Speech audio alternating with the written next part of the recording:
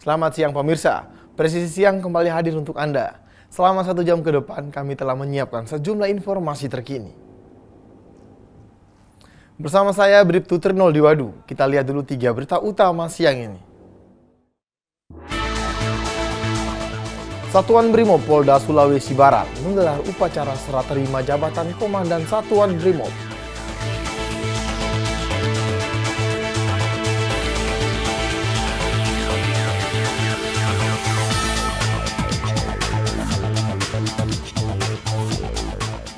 Satreskrim Polresta Sidoarjo mengamankan 7 pemuda yang terlibat tindak pidana penganiayaan secara bersama-sama di depan pabrik gula Candi terhadap seorang remaja.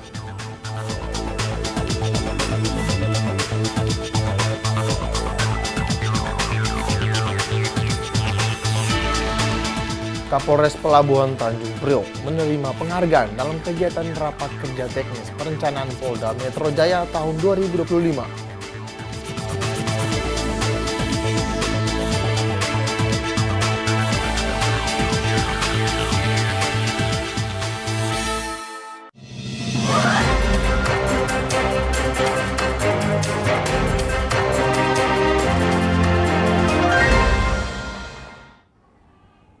Satreskrim Polresta Sidoarjo mengamankan 7 pemuda yang terlibat tindak pidana penganiayaan secara bersama-sama di depan pabrik gula Candi pada Sabtu dini hari terhadap seorang remaja. Kasat Reskrim Polresta Sidoarjo, Kompol Fahmi Amarullah, mengatakan tindakan penganiayaan yang dilakukan secara bersama-sama tersebut dilakukan terhadap seorang remaja berinisial MA berusia 16 tahun warga Kecamatan Tarik yang mengalami luka di beberapa bagian tubuhnya dan dirawat intensif di RSUD Sidoarjo.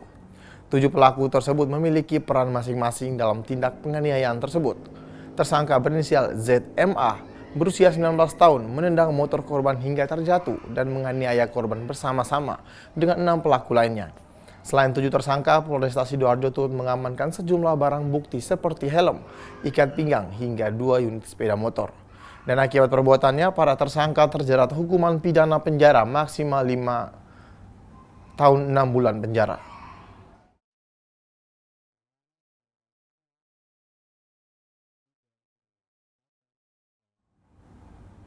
Kepala Korps Lalu Lintas atau Kakor Lantas Polri, Irjen Pol Agus Suryo Nugroho, memberikan arahan bagi anggota dalam konsolidasi dan pengecekan kendaraan para petugas pengawalan khusus di kementerian dan lembaga negara mengenai pentingnya mendukung program Hari Keselamatan Nasional dengan kegiatan Safety Week. Kakor Lantas Polri menegaskan bahwa dalam menjalankan tugas pengawalan, penggunaan atribut dan kewenangan di jalan agar dilakukan secara terkendali dan tidak arogan. Sebab petugas pengawalan tidak hanya sebatas menjalankan fungsi pengawalan, melainkan juga memiliki tanggung jawab besar dalam menyelamatkan pengguna jalan lainnya.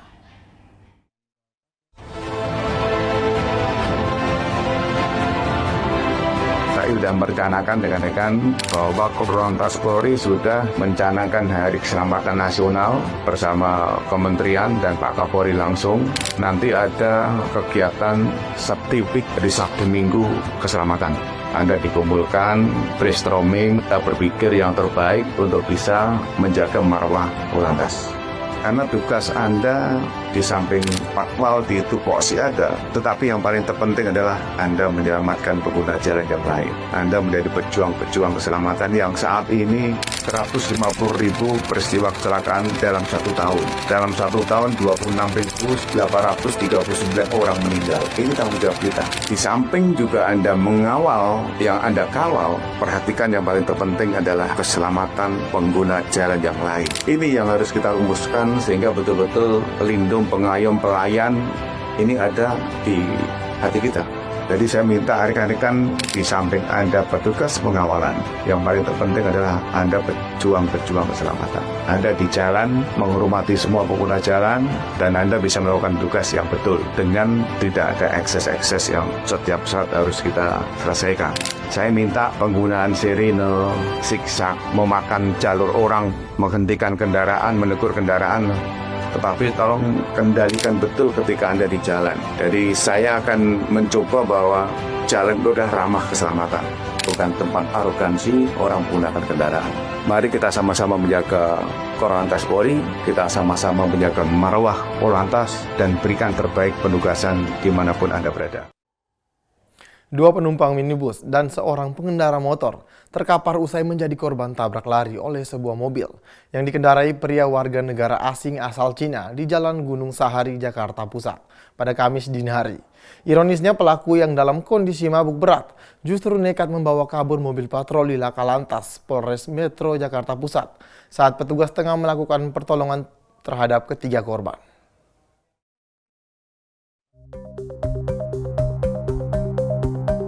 Tiga orang ini terkapar tak berdaya usai menjadi korban kecelakaan di Jalan Gunung Sahari, Senen, Jakarta Pusat. Ketiganya terluka parah usai ditabrak sebuah mobil Mercy yang dikendarai oleh seorang pria warga negara asing. Dua korban merupakan penumpang mobil Toyota Calya dan seorang korban lagi adalah pengendara motor. Sejumlah pengendara berusaha memberikan pertolongan dan menghentikan mobil pelaku agar tidak melarikan diri.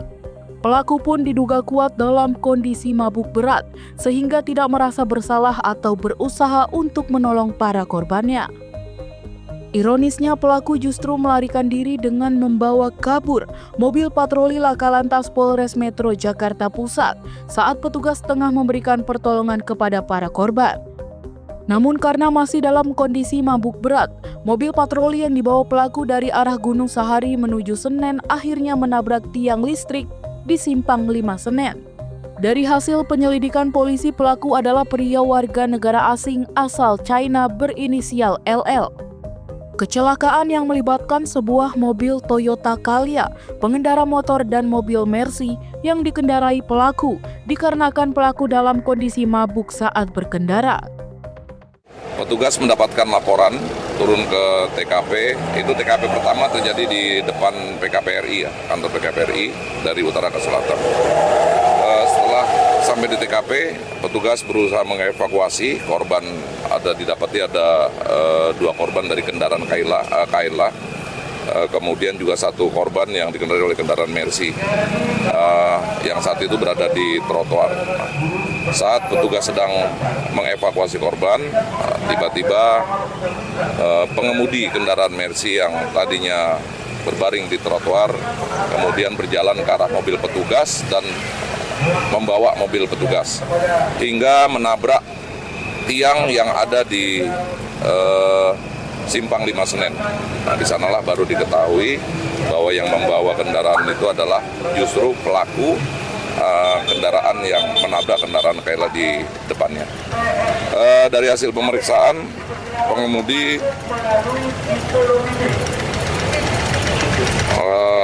dalam kondisi mabuk, atas nama LL, warga negara dari Cina. Ketiga korban luka-luka selanjutnya dibawa petugas ke rumah sakit untuk mendapatkan pertolongan medis. Sementara pria asing asal China itu hingga kini masih menjalani pemeriksaan di Direktorat Lalu Lintas Polda Metro Jaya. Dari Humas Polda Metro Jakarta Pusat melaporkan untuk Polri TV. Direktorat Samapta Polda Metro Jaya tunjukkan respon cekatan di pagi hari saat mengevakuasi korban laka lantas tunggal. Tanpa menunggu lama, anggota yang berada di lokasi langsung memberikan pertolongan pertama dan membawa korban menuju rumah sakit terdekat. Aksi cepat tanggap kembali ditunjukkan oleh anggota Sipamat, Subdit Gasum Direktorat Samapta Polda Metro Jaya saat sedang menjalankan tugas patroli rutin. Sekitar pukul 5 WIB, dalam perjalanan menuju lokasi patroli siaga banjir di wilayah Jakarta Timur, anggota Samapta menemukan adanya kecelakaan tunggal yang terjadi di Jalan Gatot Subroto, tepatnya di flyover Rasuna Said, Jakarta Selatan. Tanpa menunggu lama, anggota yang berada di lokasi langsung memberikan pertolongan pertama dan mengevakuasi korban menuju Rumah Sakit Tebet untuk mendapatkan penanganan medis. Berdasarkan informasi awal, korban mengalami luka lecet dan diduga mengalami pergeseran pada bagian rahang, namun dalam kondisi sadar saat dibawa ke rumah sakit. Pihak keluarga telah berhasil dihubungi dan sedang dalam perjalanan menuju rumah sakit untuk mendampingi korban. Situasi di lokasi kejadian dinyatakan aman dan terkendali setelah proses evakuasi dilakukan. Direktur Samapta Polda Metro Jaya, Kombes Pol Yuli Kurniawan, menyampaikan apresiasi atas gerak cepat anggota di lapangan. Menurutnya, tindakan cepat seperti ini merupakan bentuk nyata kehadiran Polri di tengah masyarakat, tidak hanya dalam tugas pengamanan, tapi juga dalam aksi kemanusiaan. Dari Humas Polda Metro Jaya melaporkan untuk Polri TV. Presisi Siang akan segera kembali, tetaplah bersama kami.